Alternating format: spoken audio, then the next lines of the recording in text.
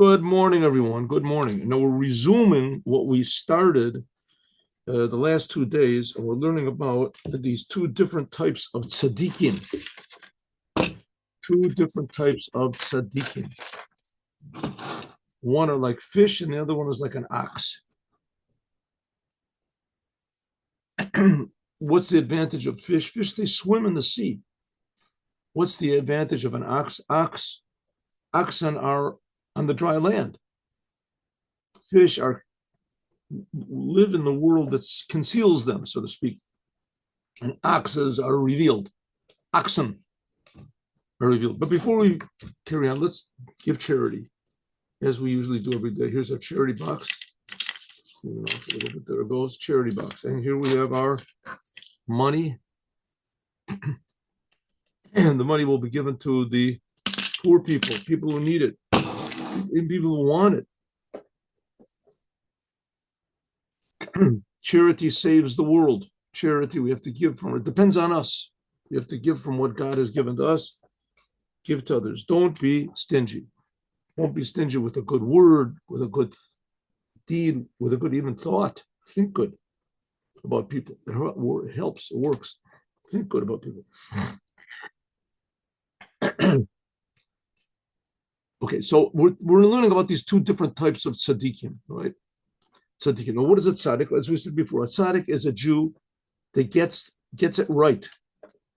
What does he get right? The purpose of creation. God creates the world, right? That God is the God of Israel, creates the world. It says in the Ten Commandments, fourth of the Ten Commandments, 6 days God created the heavens and the earth, and Shabbos he rested. What that means is that, in simple way, that God created the world. And what did he create the world from? From nothing. So the world is really made from nothing. So you're made from nothing, and I'm made from nothing. So how do we exist? So the answer is that God is making the world all the time.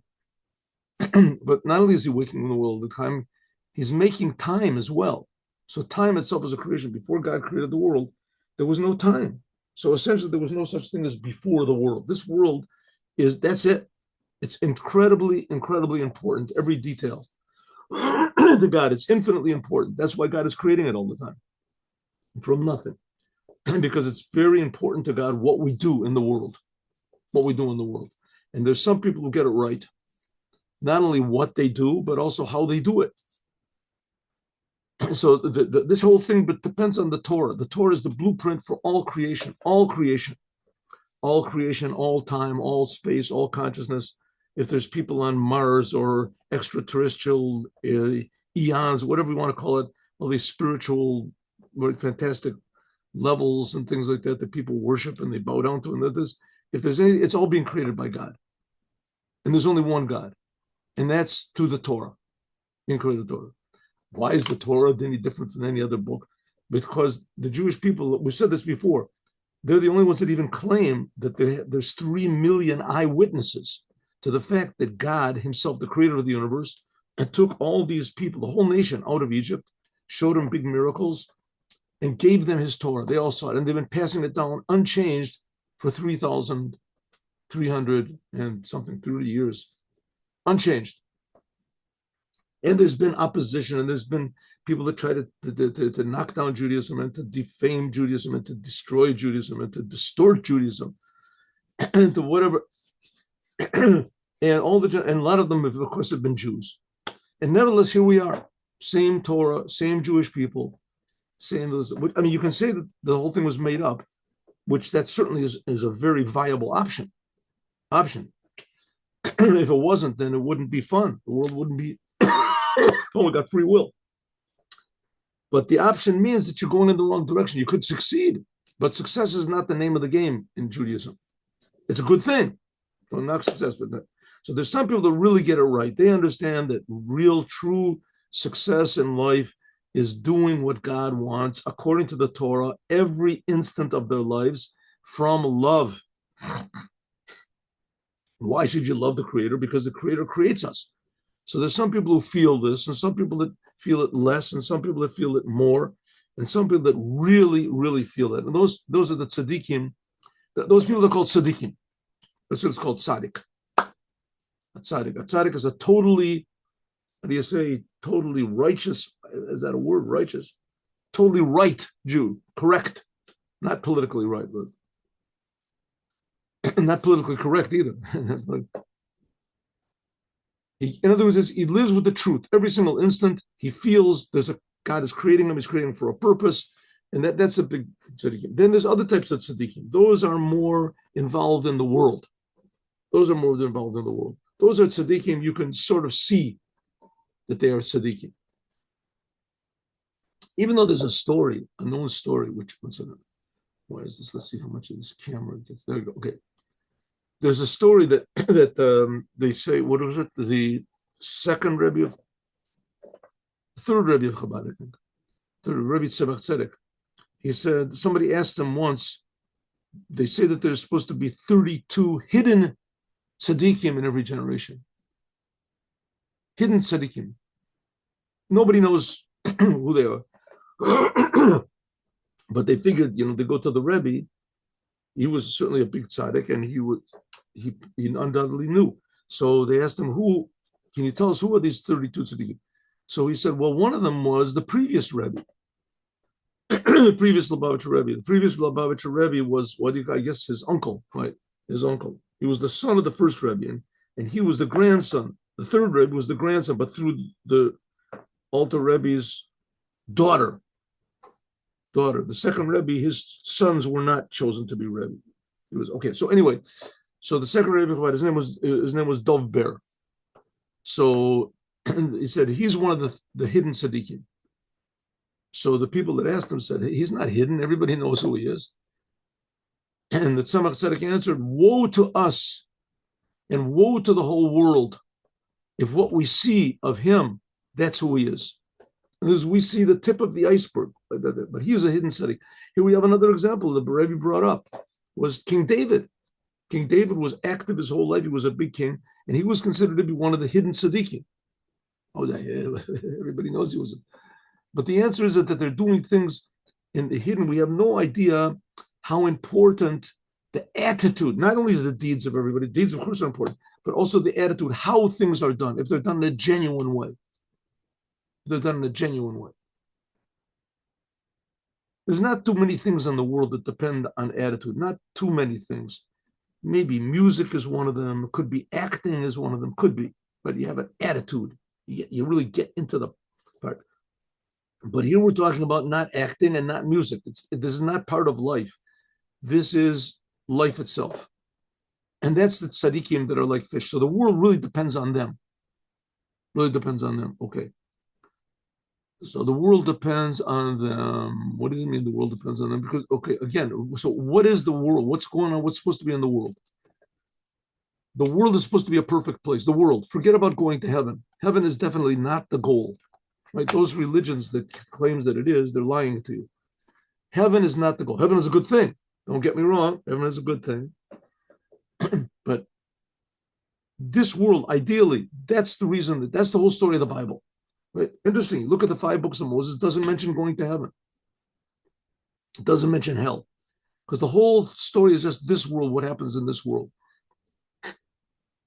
So the people that are the tzaddikim, they really get it right. And because of that, God also responds right. God also responds correctly. And he brings blessing to the world. Okay, so here he goes.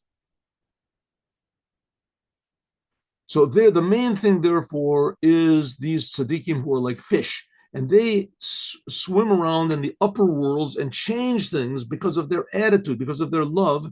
And because God created man, and man is the main focus of creation, and the whole thing depends on man, and we're supposed to show that this world is very important, infinitely important to God, man, and the only ones that really do this totally are these tzaddikim that are like fish.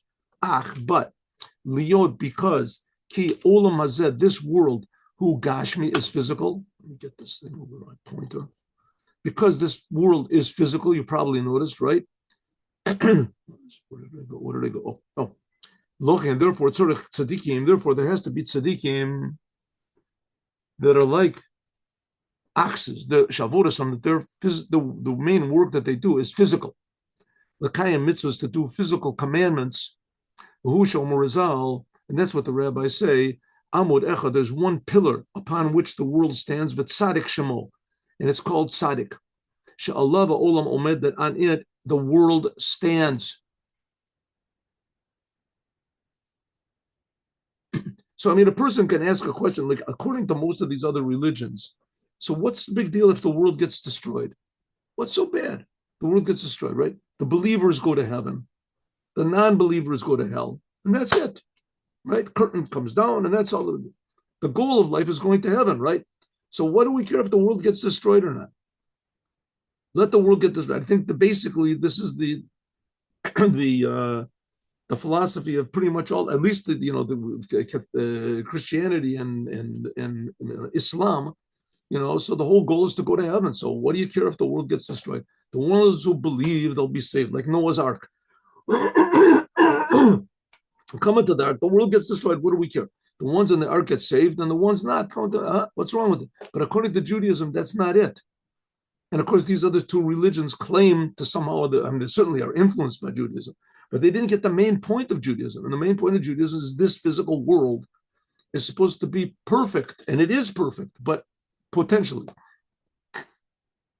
So the tzaddikim, they're the ones, because the physical world is physical, so therefore they have to be tzaddikim that maintain this physical world so that we can reveal the true hidden treasure which is in every detail of this physical world, which is incomparably more true and beautiful and whatever, happy than the highest levels of heaven. What happened? Where did I go? Where did I keep changing the place? The problem with this thing is see this thing? So there's this little scroller here, right? And it depends on my finger. So if somehow I get excited, my finger moves down. So therefore the whole world moves down. So you see how everything depends on one person. Okay, here we go. Where is this now? Here we go. Okay. But because this physical world is physical, therefore we have to have tzaddikim, that their main service is not messing around in the upper worlds, right? Fixing up all the upper worlds and all the disharmony which is in the upper worlds. There has to be tzaddikim that their main thing is in this physical world, and that's the rabbi said. There's a tzaddik that he sustains the whole world. Kol mashiyesh biyabasha, everything that there is in the dry land. That's talking about these tzaddikim that are like oxes, right? That they work in the world, physical world. Yesh biyam, there's also in the sea. That's the fish tzaddikim, the main ones. In every generation, there's like only one or two of these tzaddikim that are like fish. Ki be'em is because really, maybe it's the 32, could be 32 tzaddikim. There's 32 hidden tzaddikim. Maybe that's ki be'em because really, tzorech liot havaha, there has to be both. There has to be both tzaddikim that are like fish, that their main thing is up in these spiritual worlds. That's where their main work is. And there's tzaddikim that are like oxes. Their main work is in the physical world. Kihine, hilucha tzaddikim, those righteous Jews that are called Nune Yomar, called the fish of the sea. It's Aramaic. Who he is nifla, it is wondrous, gavoa and high, me'od, very much. Kamal derech Moshe, like for instance, the dagim shatim yom, like fish that are in the sea. Kachim shatim batisa achas. There's a story, I'll tell every day I tell a story. So this is the story I'm going to tell. Let's see, just one. Don't want to forget the word.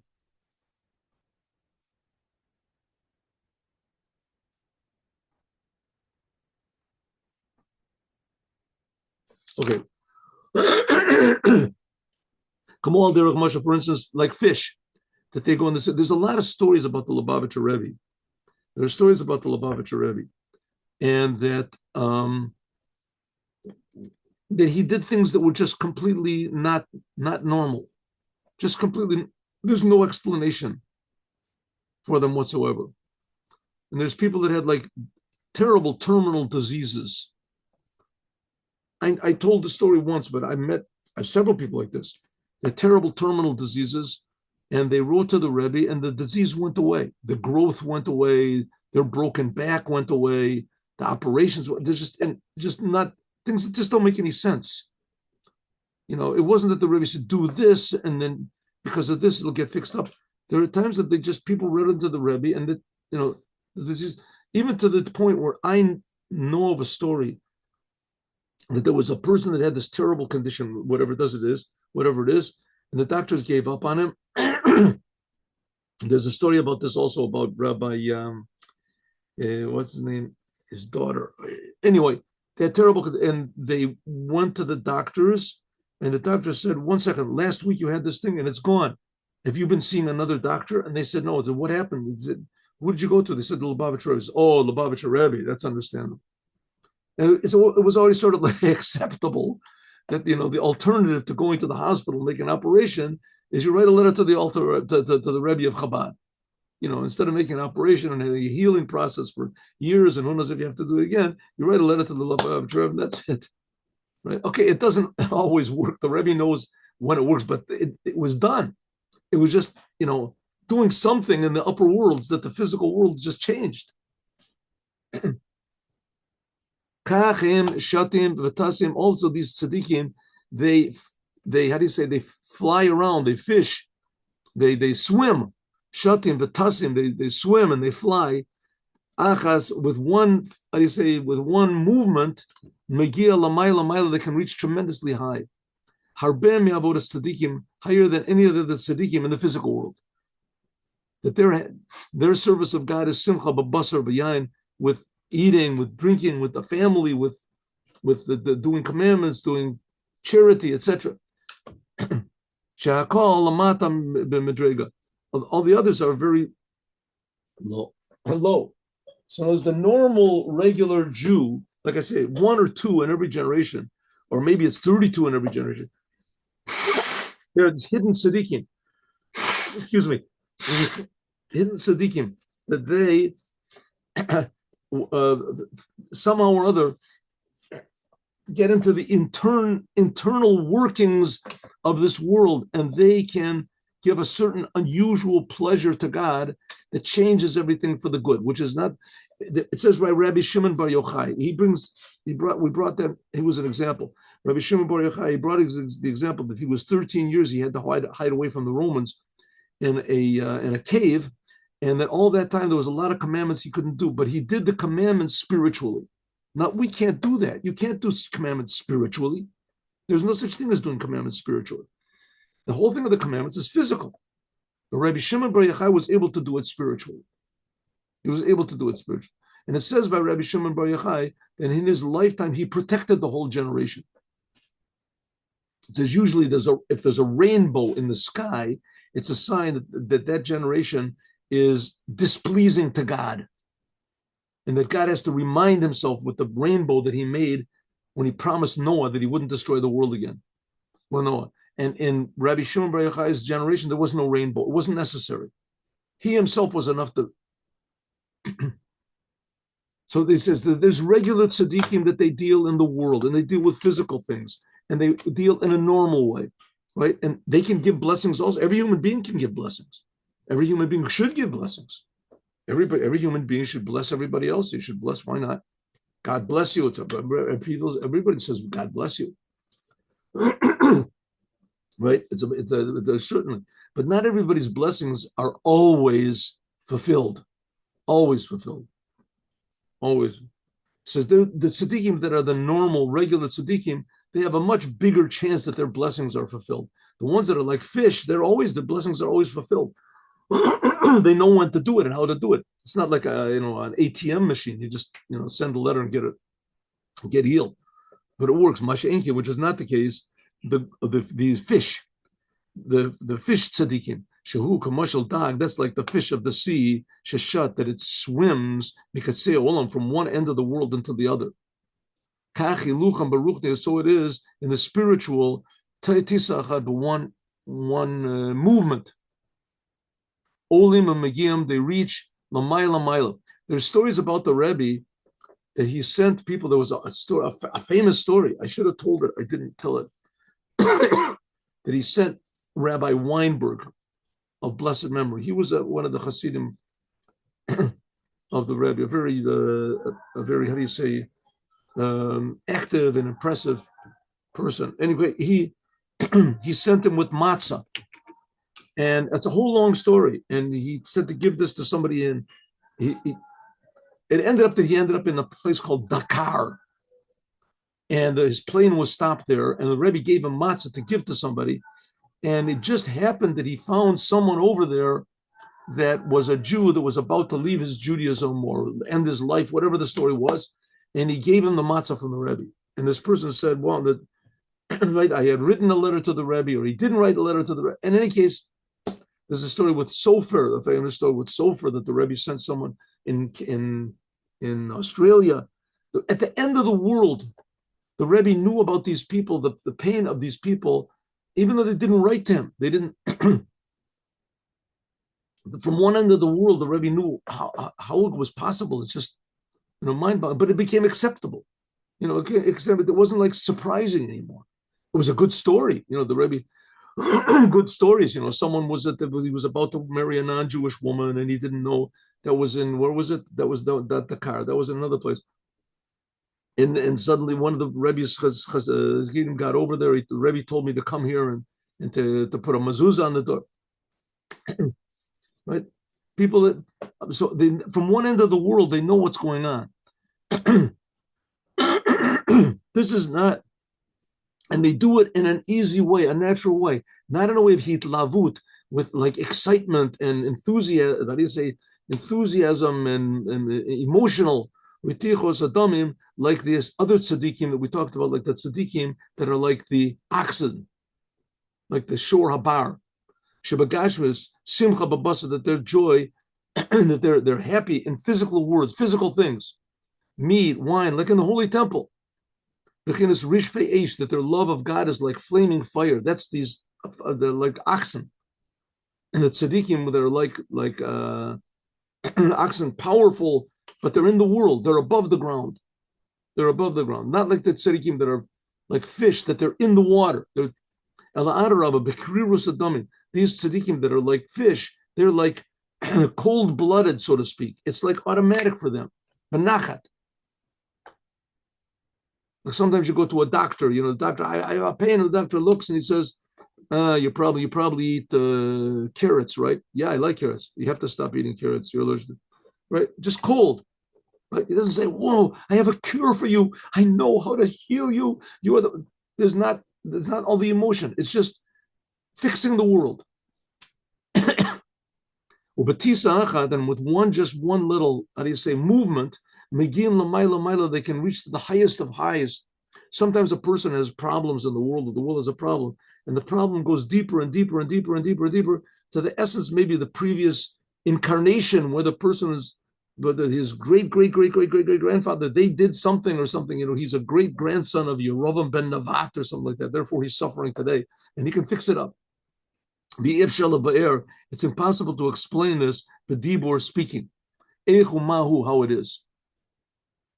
The word tzaddikim, like in Iraq, there was Rabbi Yehuda Pataya and the Ben Ishcha Rabbi Chacham Yosef Chaim, and who was the others, and they used to fix up souls. They knew how to fix up souls. They say that the Chavetz Chaim, also, he had a Beit Din, that they learned Kabbalah, and that they were able to, fix up, to fix people's diseases, especially insanity. They could fix it up. Quite incredible.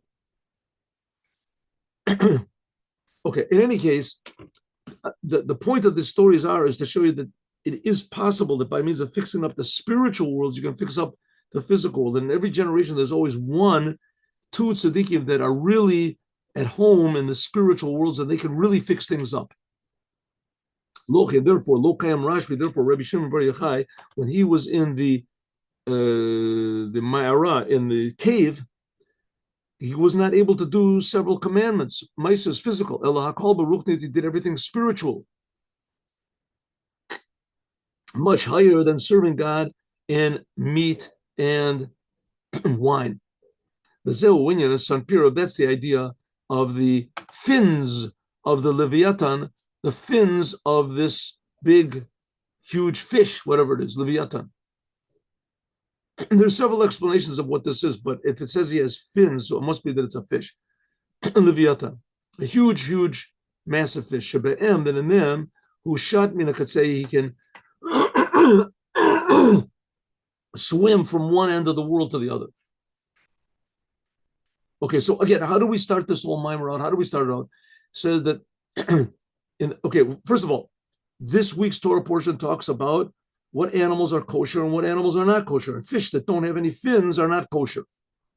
That's okay. So from this, we get out to a sentence in Psalm 104. I'm just going back to the beginning. Psalm 104, that it says, it says that God made this huge fish and he plays with it. And it says that when does God play with this fish? So it says at the end of the day, the last quadrant of the daylight, God plays with this fish. This is talking about right now, which this is right next to, I'm sorry, the end of the day. It says the end of the day and the end of time, whatever, when the Moshiach comes, it says that there's going to be a big meal for all the tzaddikim and that they're going to eat this fish. And they're going to eat also this big ox. And the ox was slaughtered by the fish. It was a big sort of, performance. They'll make, and the ox is going to be slaughtered by the fish. The people will be able to eat it. The tzaddikim lad. So it says, what's going on? You can't eat an ox that was slaughtered by a fish. You can't do that. First of all, slaughtering has to be by a person. And even if a person does, if he uses his fish, it says the fish is going to slaughter with his fins.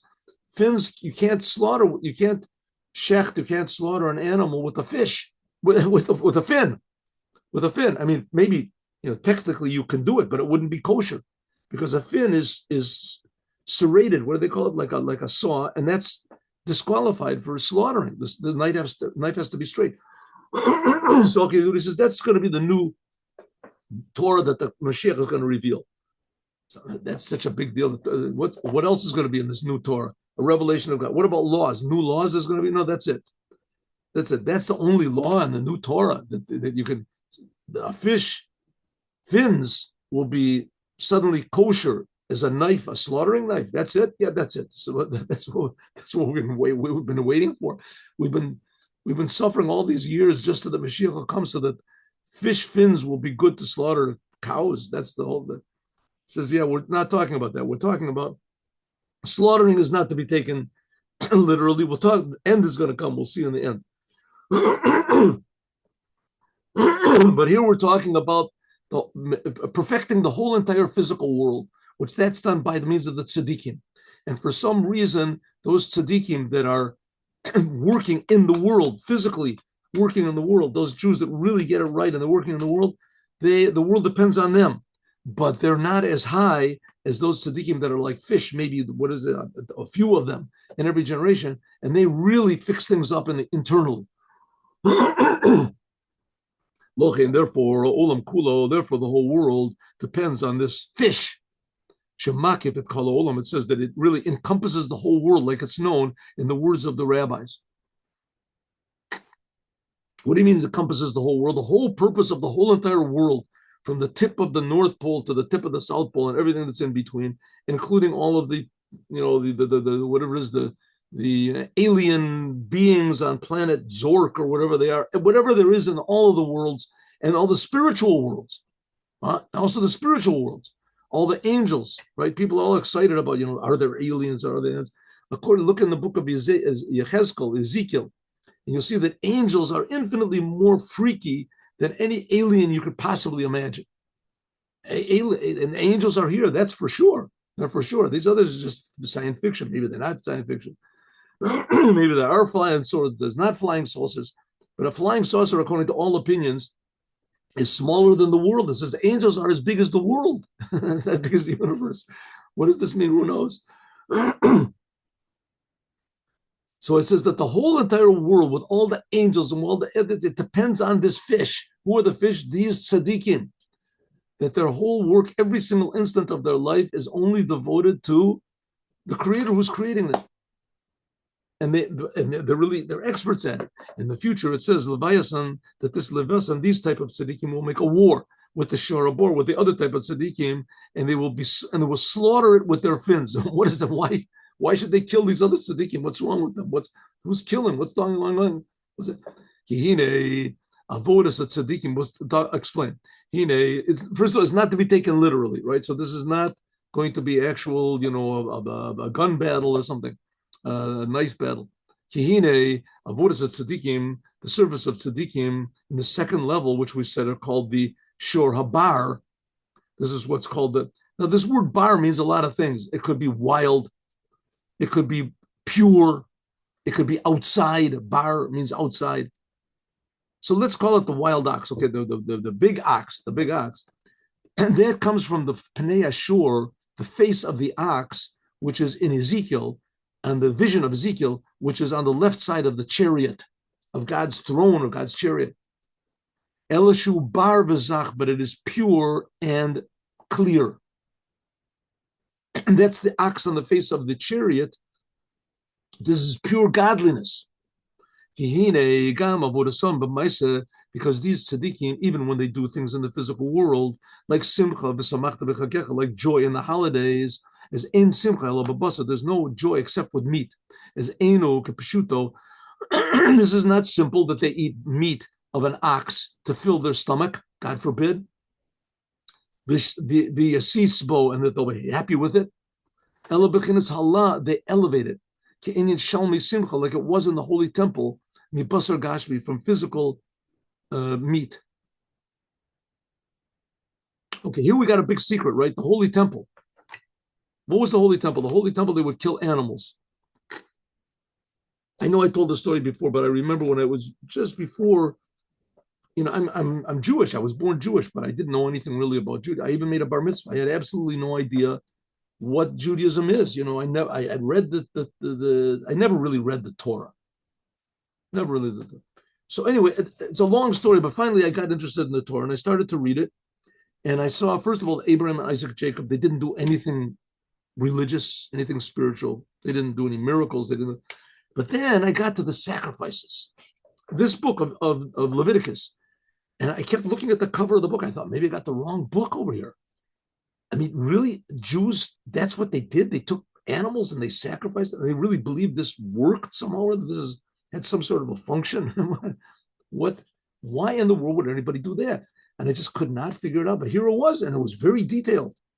This type of sacrifice, and this type of sacrifice, and that type of sacrifice. And it wasn't for regular, normal sins. It wasn't for normal sins, right? If you stole something from somebody, or you killed someone, or God forbid you do it, but there's no sacrifice for that. Sacrifices for like accidental sins.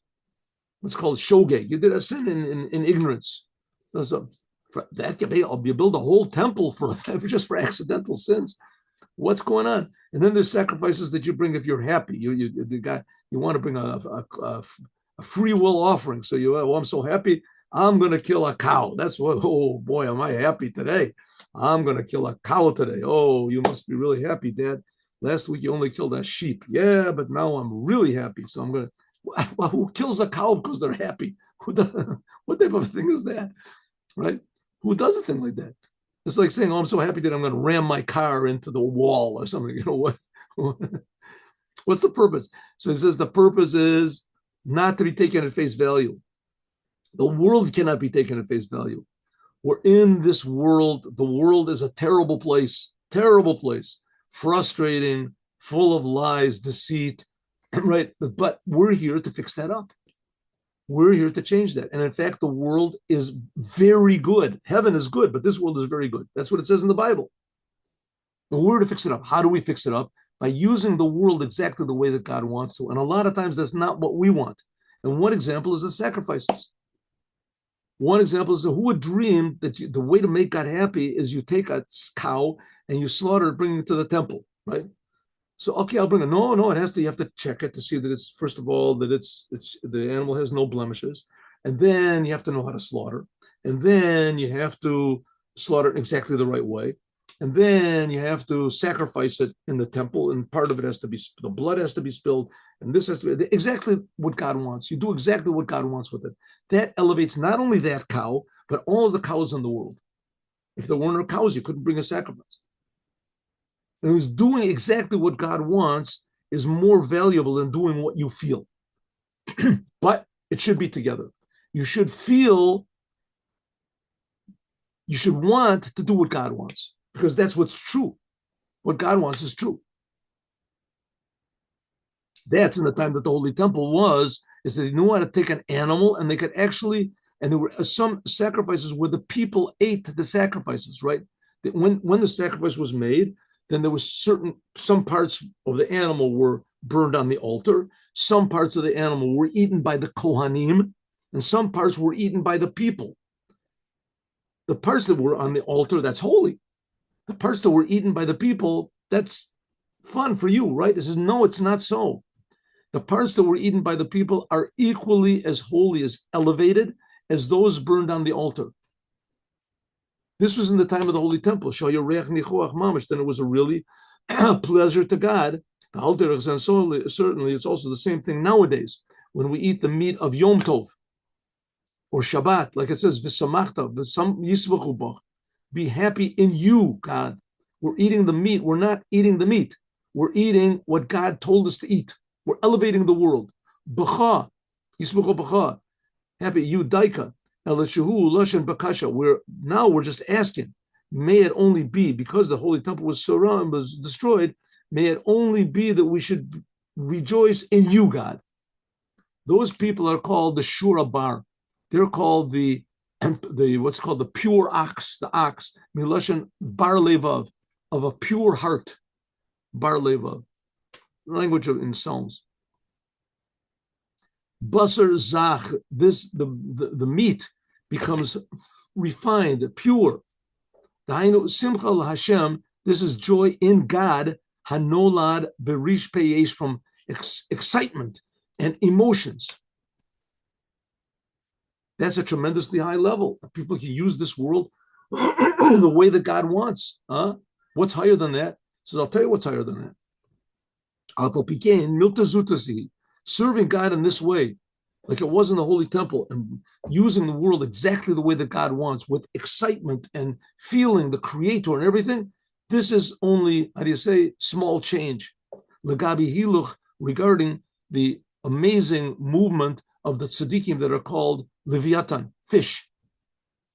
The fish bone, because in them, midavar gashmi, it comes because their happiness of the ox, these physical, what do you call it, mundane tzadikim, that comes from physical things.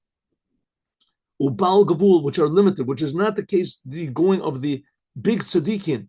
Shebatisa achad, that one movement, bekirirot, in a cold, how do you say, an efficient way, benachet, and easily megiyim lamayla mayla, they reach to the highest levels. She gadol yota, which is infinitely higher. Lochen, therefore leviathan yisachak bo shor abo shishchat. Therefore leviathan, that's what it says. Therefore leviathan, these tzaddikim that they are like fish, they will slaughter the shor habar, the ox. The word for slaughtering doesn't mean killing. It means, like in the Holy Temple, when they would slaughter an animal, they weren't just killing it, they were changing it from being an animal to becoming holy.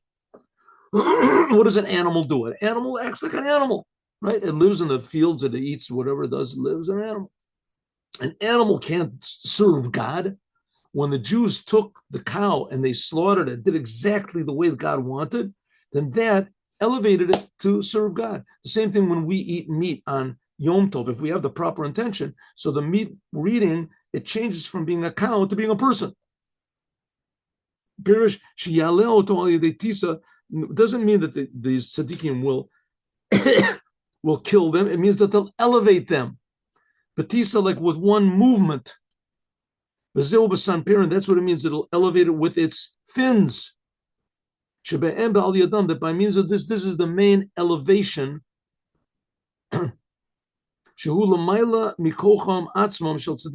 This is above the ability of the regular, normal, physical tzaddikim that we're talking about, that are called shor bor, which are called the pure ox.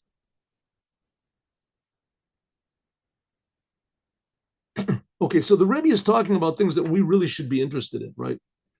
That we really should. This is really should be the most interesting topic in the world. What we're interested in, what did Russia say? What did America say? What did this movie star say? What did this rock and roll star say? What does the stock market say? What did those things are interesting. There's nothing wrong with that, right? Who won this ball game? Who won the championship? Who won this, right? Those are interesting things. Those are very interesting things. And the world is an interesting place. Nothing wrong with that. But it's how do you say, trivial.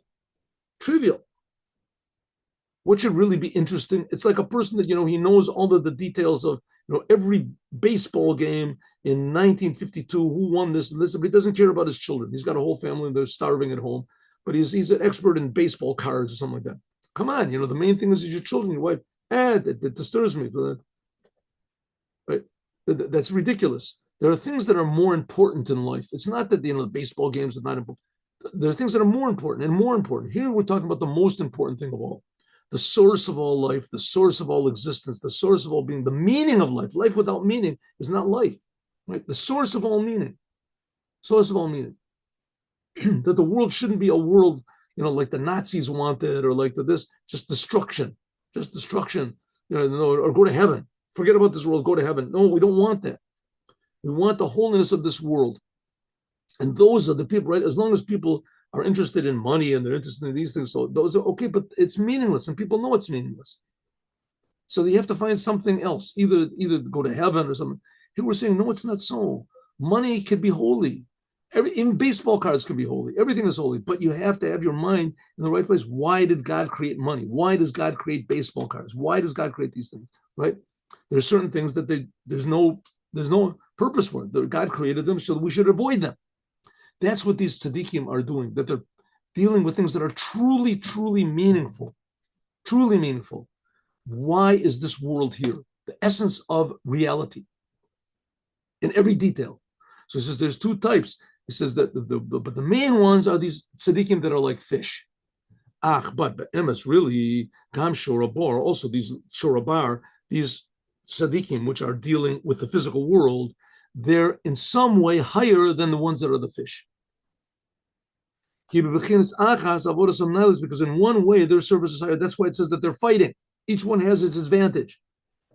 Even though it's physical, that's what it has to be according to the Torah. You can't go into caves and to say I'm going to be spiritual, but you have to be in the physical world. So these tzaddikim in some ways are much better. Happiness is only what happiness simcha. Maybe we can take an example of this. Yeah, I think we're going to stop. No. Yes, are we going to stop? Yeah, no. I think we can do this, but maybe we can take an example. The Rebbe, the Lubavitcher Rebbe, and his emissaries, shluchim. So the Rebbe did not go out into the streets and put tefillin on people, and he didn't make big Passover seders in the nighttime.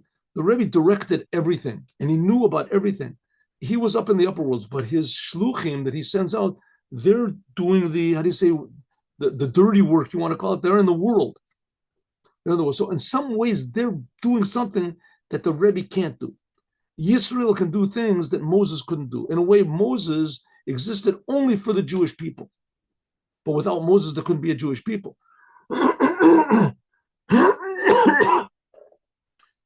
So that's what the Rebbe said. That's what it means. God says in the future, it shows that tzaddikim, that their service in this physical world, that both of them are going to be good. Baha Tovim. Each one of them are going to be good. The ones that are the truly spiritual, Rebbe Shimon Bar Yochai, is that they're always just in the upper worlds. They're necessary. But the tzaddikim that are in the physical world are also necessary. But what's going to be is that the ones that are the tzaddikim, the big tzaddikim, they're going to elevate the lower. That's what it means. He's going to slaughter them with their fins. Here it goes. Let's see. One is better in this, one is better in the other. Where do we get up to? It says that the lavasan, the fish, will slaughter the ox with its fins, even though there's such a slaughtering is no good with a knife that goes up and down. That's not good. It says the reason it's going to be slaughtered with a knife that goes up and down because shchita is in this world Bechinas Elias. It means elevation. Elevating, lifting up this ox to the level of the tzadikim, which are fish. And it'll be done by means of the fish, but it can't be done at one time. It has to be done gradually. That's why the knife will be serrated. That's why the fins, little by little, will be the elevation. It won't be one time. Therefore, there has to be a little bit of a separation between them, and it can't be at one time. Like it says that there's many levels, many spiritual levels, many levels of reality, this one above the other, and it can't be all at one time. And there has to be a little break between them. Therefore, there will permit. Therefore, yatir, God will permit pegimazu. It will allow this. How do you say, indentation in the knife, which usually is no good. So therefore, the shur habar, therefore the ox will elevate also the leviathan. There's something elevated. It says the Jewish people elevate Moses as well by means that he sticks it with his horns. So both of them have an advantage over the other. The advantage of the leviathan is that he deals with all the spiritual worlds, His disadvantage is he's not so much on the physical. The advantage of Sharabar is that he's in the physical world. These are tzaddikim that are working in the physical, like the shluchim of the Rebbe, in the physical world. But their disadvantage is they really don't get what the spiritual is. But they learn Hasidut, but they don't get it. But they have an advantage that they're in the physical world. In the end, it says both will elevate one the other. And we're going to continue this, God willing, tomorrow. An explanation.